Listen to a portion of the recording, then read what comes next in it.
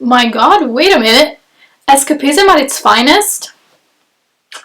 Yes, thank you. There might be drugs involved, I don't know. That's irrelevant. It's like killing two birds with one stone.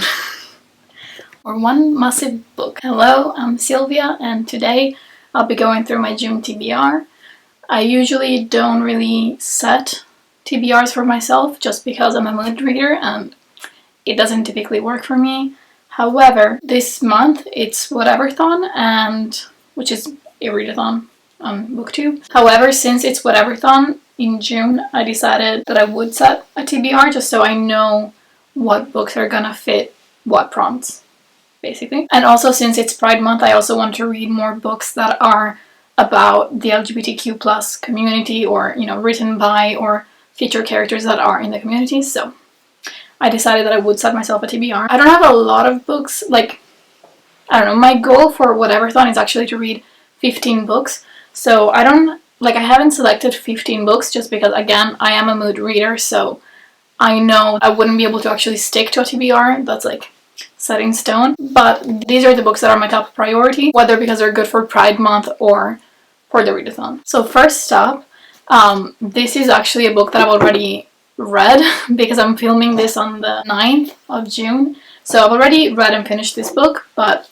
The Atlas 6 by Olivie Blake. And this fits the prompt host fave. This is one of A Frolic Through Fiction's favorite books, and I decided that I would read this one because her other two favorite books are also some of my favorite books.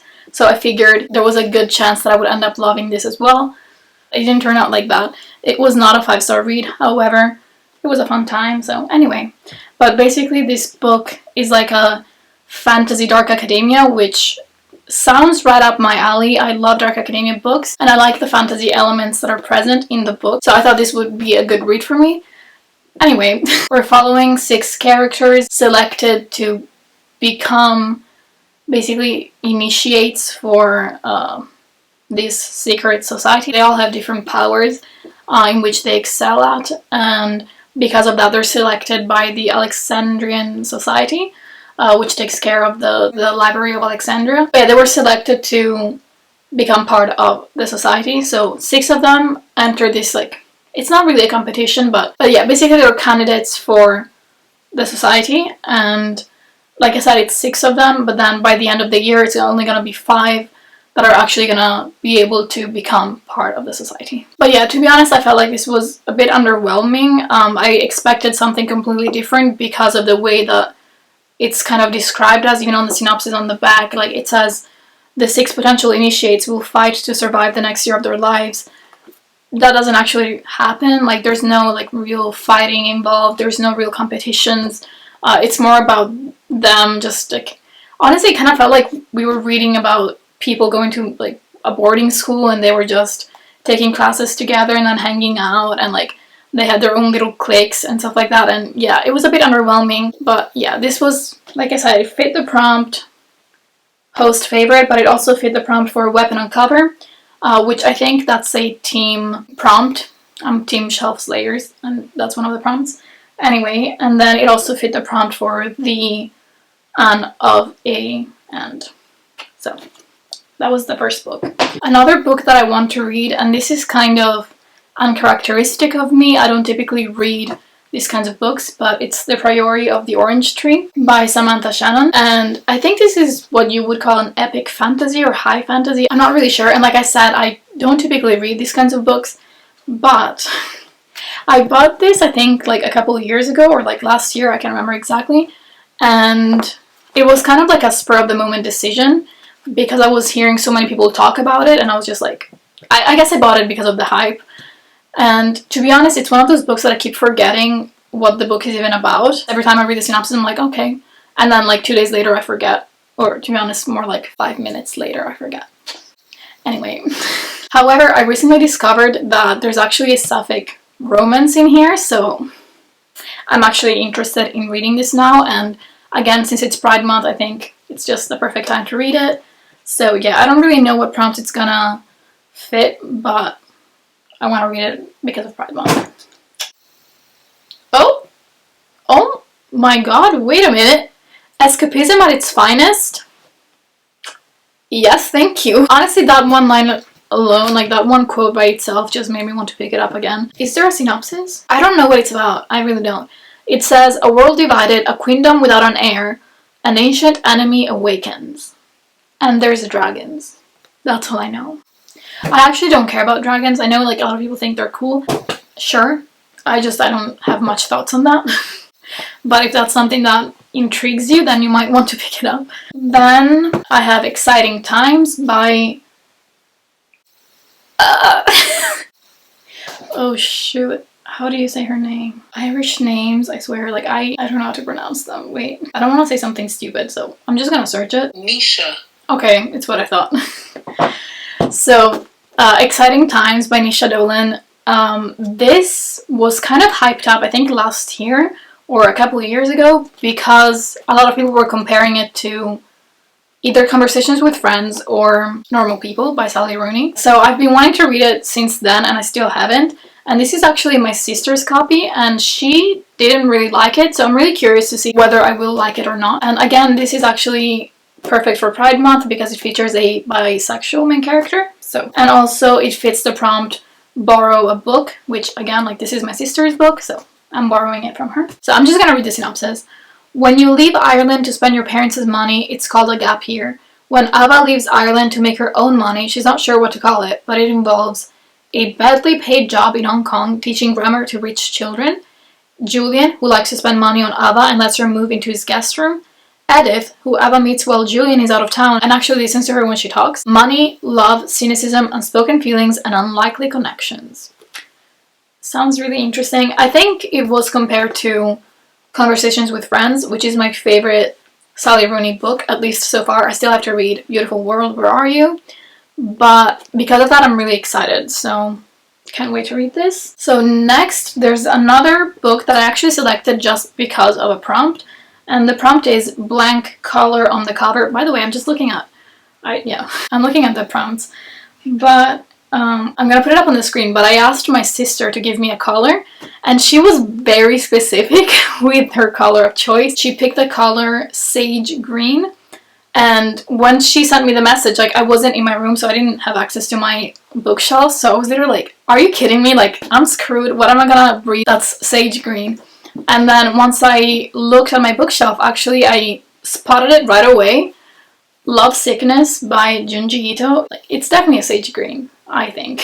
An intoxicating beauty turns a small town into a bloody hell. Yusuke returns to the town where he once lived when rumors begin swirling about girls killing themselves after encountering a bewitchingly handsome young man. Harboring his own secret from his time spent in this town, Yusuke attempts to capture the beautiful boy and close the case. Starting with a strikingly bloody Lovesickness, this volume collects 10 stories showcasing horror master Junji Ito in peak form, including the strange Hikizuri siblings and the Rib Woman. So, cool. So yeah, I'll be reading this, and I'm really happy because I haven't read a lot of Junji Ito lately, and I have quite a few books now that I still have to read by him, even though, like, I love his books, so I don't know why I haven't been reading them. I think part of me just doesn't want to run out of Junji Ito books. This also fits the prompt one-word title. So, it's like killing two birds with one stone. Or one massive book. Well, it's not massive, but, you know. Anyway, moving on. The next book I want to read is Pages for Her by Sylvia Brownrigg. And this is the sequel to Pages for You, which I read last year. And oh, look how floppy! Yes! Gotta love floppy books. I really enjoyed reading Pages for You. Again, this is another sapphic romance. I think it picks up 20 years after the first book. Yeah, 20 years later. This also fits the prompt, continue a series. So I'm really excited to read this, and I wonder, like, because I think I gave the first book 4 stars, and now I'm wondering if this is gonna make me bump up the rating, just because sometimes, like, I don't rate books in series as, like, individual books. In the first book, we meet Flannery and Anne, and Flannery, I think she's 18 years old, or maybe even 17, but she's starting university, and she meets Anne, who's gonna be, like, one of her teachers, but, like a younger teacher. She's not, like, yeah, I don't know, would she be a tutor, I guess? I can't remember if she was an actual teacher, like a tutor.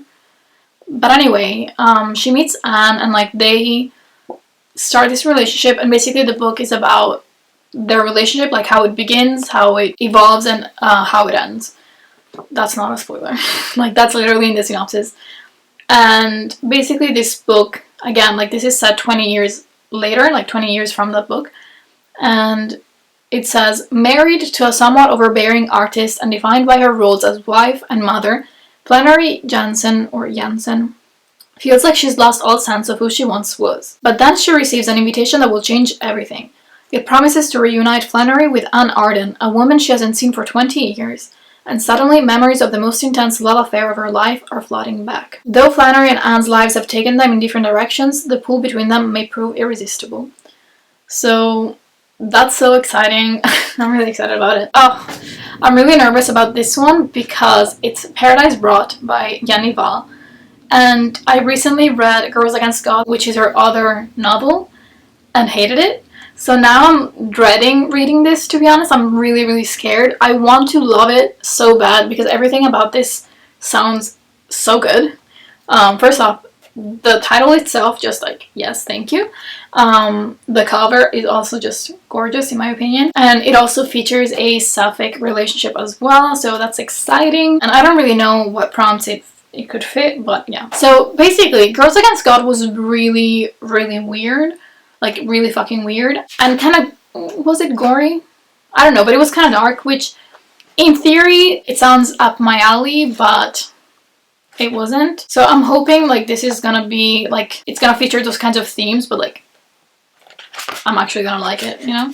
Anyway, it says Joe, or you, I don't, because in Norwegian you would say you, I guess. Yo Nesbo. Joe is in a strange new country for university and having a more peculiar time than most. In a house with no walls, shared with a woman who has no boundaries, she finds her strange home coming to life in unimaginable ways.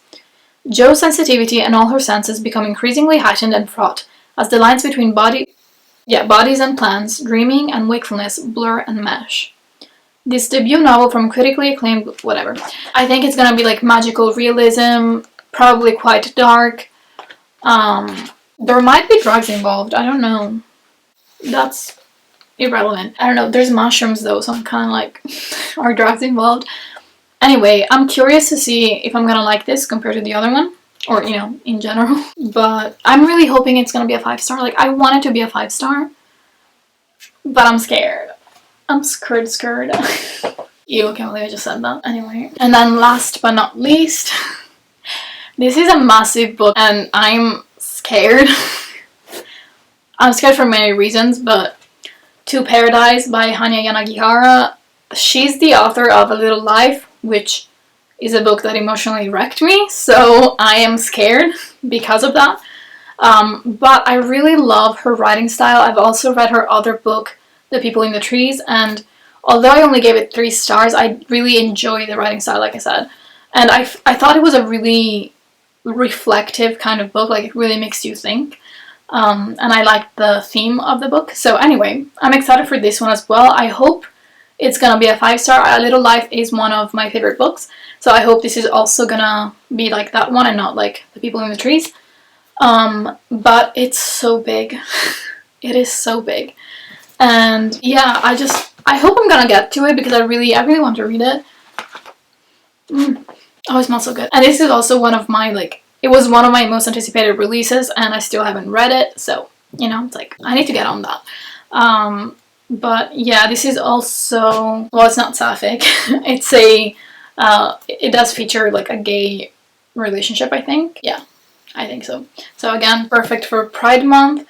But I don't know, I feel like this sounds very, not experimental necessarily, but it's like divided in 3 parts, and the first part is set in the past, the second part is set in the present, and then the third part I think is set in the future. So it's really interesting. I wonder if that's actually gonna work for me. I don't know if I'm gonna like it.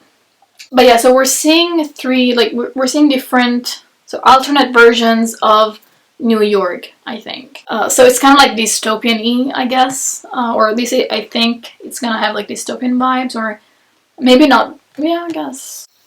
I'm so bad at explaining things. Anyway, I'm excited. I'm excited, but also kind of scared, because I think I don't know, there's something about it that kind of makes me think it's not gonna be a 5-star, so I don't know. Okay, and then I have 2 books that I don't own physical copies of, but the first one is Find Me by André Aciman. I think that's how you say his name. So yeah, this is a sequel to Find Me by Your Name. No, this is a sequel to Call Me by Your Name, which I read, I think, a couple of weeks ago. Find Me by Your Name.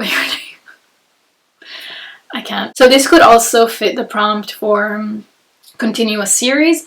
But yeah, I really loved that book. Actually, I talk about it in my May wrap-up, but I gave it 5 stars, so I'm really curious to see if I'm gonna love the sequel as much. I heard a lot of people talk about how they liked it, but like they mostly liked it because of the father, like Oliver's father. No, not Oliver.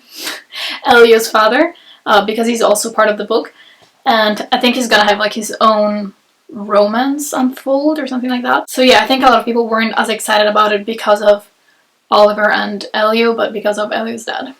So that's also interesting to see. I wonder if I'm gonna feel the same way. So that's another book I want to read. The last book I want to read is Ace by...